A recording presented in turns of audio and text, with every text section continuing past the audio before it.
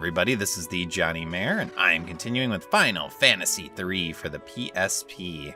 So in my last episode, we actually lost Desh. So in this episode, I thought I would start by showing you, well, what happens if you take Desh back before the events of the Tower of Owen to Canaan, and you actually give him a chance to meet with Selena again.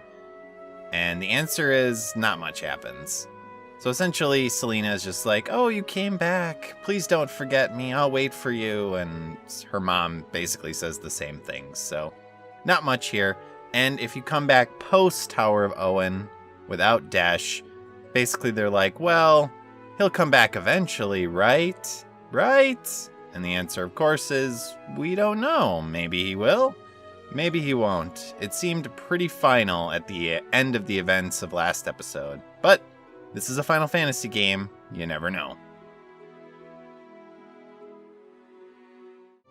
So in between episodes, what I did is I actually did some level grinding. So I got up to level 17, and we're very quickly approaching the point at which you're gonna have to do this basically before each new dungeon. So the rule of thumb is basically get your levels up to about what the next boss's level is. So the boss of the next area is at level 17. So that's why I grinded up to level 17.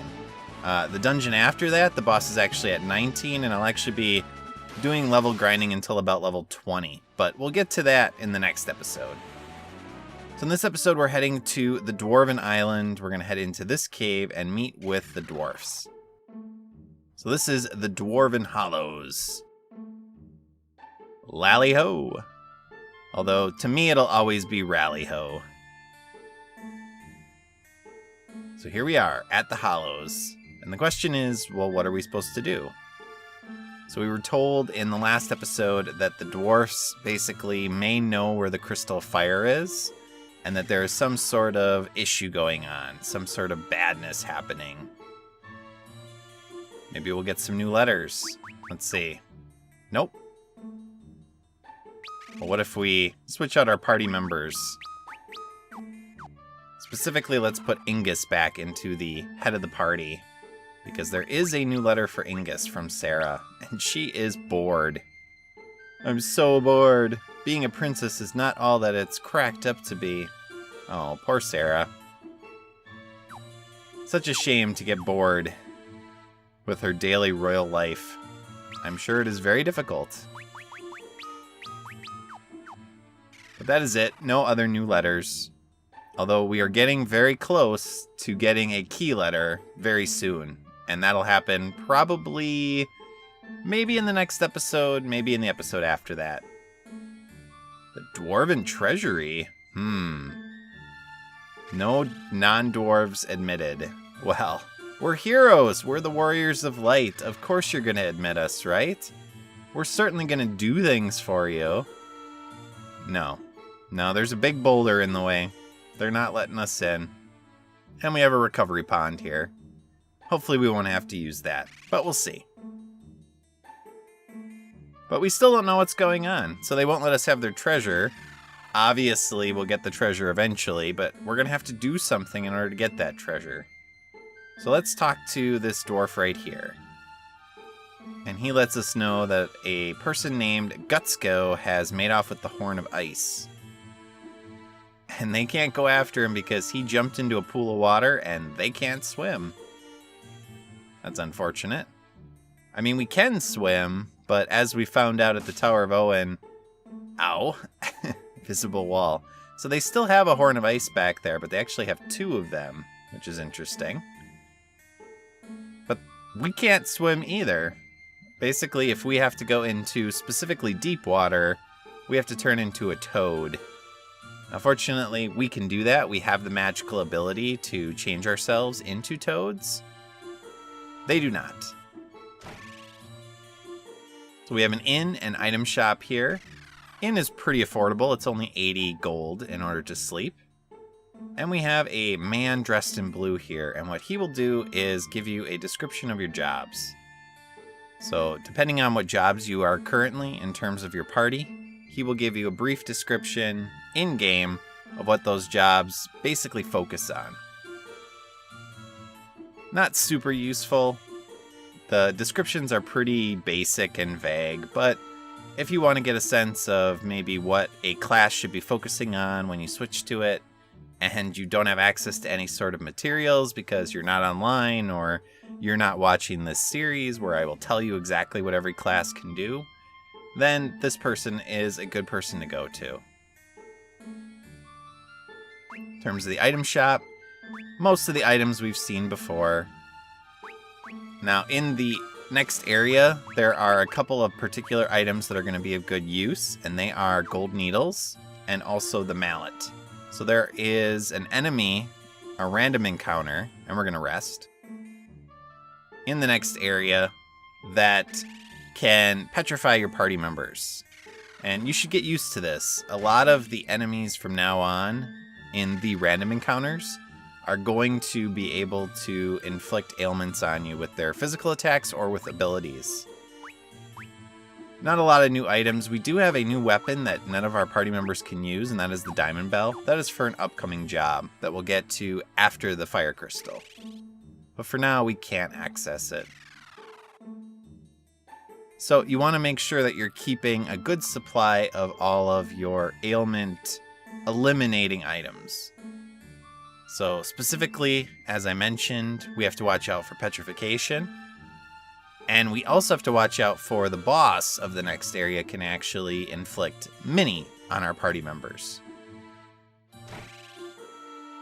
So the last area here before we head into the Subterranean Lake is the armor shop.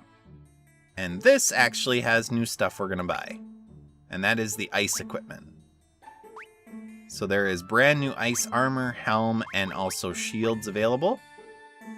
And our lighter equipped characters like thieves can actually wear them.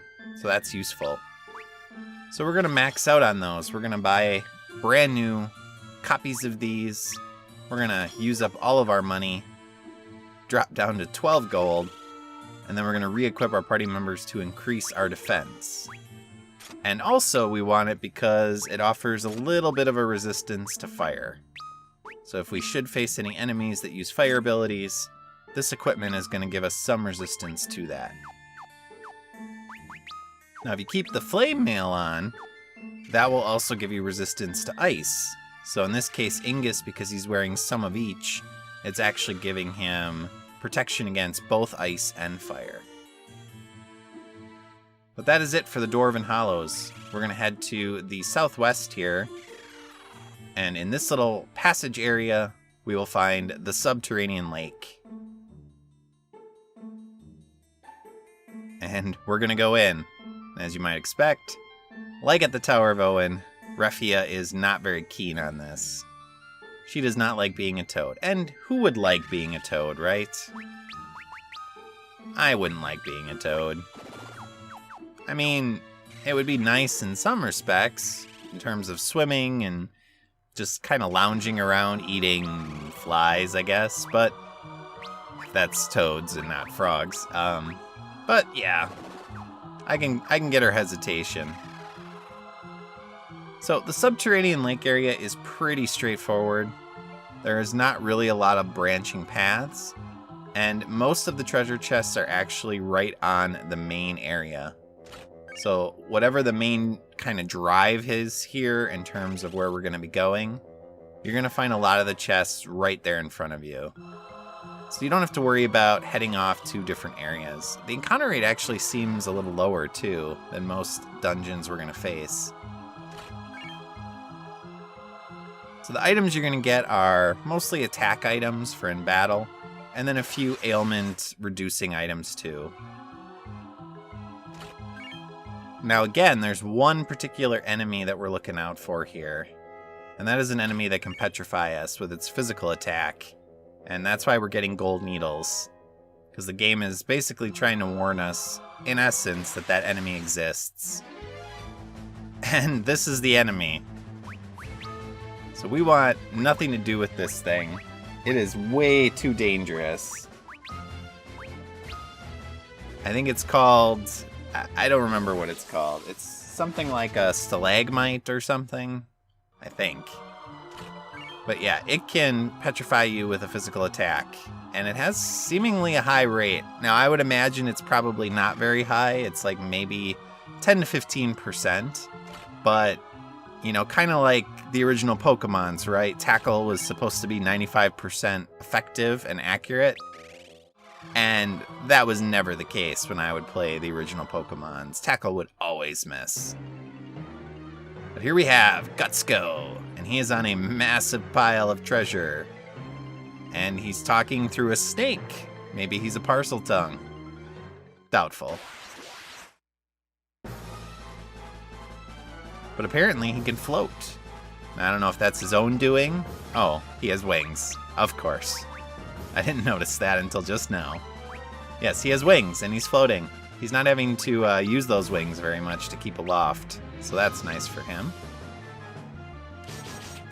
So Gutsco, again, is at level 17. He's going to use a lot of physical attacks. That's his main form of attacking. Generally, they're going to do around 100 to 150 damage per hit. As long as he doesn't focus on just one party member, you're okay. If, however, he attacks multiple party members at the, well, not multiple, but the same party member repeatedly in the same round, then it gets a little dicey, especially if it's someone that's weaker physically. So if you're using a mage and for some reason you don't have them in the back row, he can knock them out in one round if he hits them in the same turn repeatedly. Jeez, like that. Man, my white mage almost died there. Raffia just survived.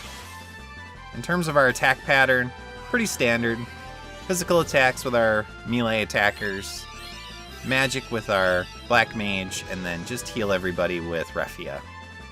Or whoever your white mage is. Gutsco has about 3,500 HP. Shouldn't take super long to kill him, provided he doesn't attack us with Mini. Now, if he attacks us with Mini, which of course, on cue, there it is, then you basically want to make sure you get rid of that immediately. Because obviously, we've been Mini before, and what we know about it is that physical attackers can't do much damage because your defense and attack power is reduced to 1. And the only thing you can really do is use magic. And because your defense is lower, he becomes a lot more dangerous. So we're going to use our mallets. So let's use a mallet on everybody who was inflicted with this particular ailment. And then we will continue to try to kill him as quickly as possible. Now, before the battle started, you may have noticed he was sitting on a massive pile of treasure. Unfortunately, we cannot claim that treasure. You would think, well, we beat him, right? Eventually, right? We're gonna beat him. We should get the spoils of that, but no. It's all for show. Let's get rid of this mini status. And continue to blast him. Hopefully he will go down soon. Ow. And stop hitting us with criticals. Alright, so I'm out of level 3 magic, so we're going to have to just blast him with regular magic. Our level 1 spells. And our physical attackers are going to have to try to carry us now for the rest of the battle. That's the main problem with the Black Mage. They are very powerful, but they don't have a lot of charges for their level 3 or 4 spells. At least at this point in the game. I think we're getting close. Yeah, once he starts curing himself, I think he can technically use that the whole time. But as you might expect, he's going to start using that mostly when he's getting lower on HP, and pretty much when he's in the critical zone. So that's a good sign. So we got rid of what he healed, and now we're going to try to do damage to him to bypass it. Stop healing yourself. I mean, it's nice, right? It's a wasted turn, essentially. We're going to continue to do that damage plus, so he uses up one of his actions. So it's actually useful. For us, anyway. Not for him. And we're going to keep attacking. We'll heal Ingus just to be careful, but I'm not too worried about it. And down he goes. It really seems like Luneth hits criticals on bosses when they're about to die. Like, the killing blow with Luneth is almost always a critical. It's interesting. Alright, so we get lots of experience, lots of job experience as well. And, more importantly, we defeated the rogue, Gutsco. Which means we should get the Horn of Ice back. So now we're going to bring that back to the dwarves, give it back to them, and hopefully they'll let us know where the fire crystal is. So we're just going to teleport out of here, and then I will head back into Dwarven Hollows. He vanished, huh? That's weird. And we will give them back the Horn of Ice. And I'll do that in my net. Wait a minute, there's a shadow following us. Huh, probably nothing. So I'll see you all next time. Thanks for watching, viewers. See you all in my next episode. So long.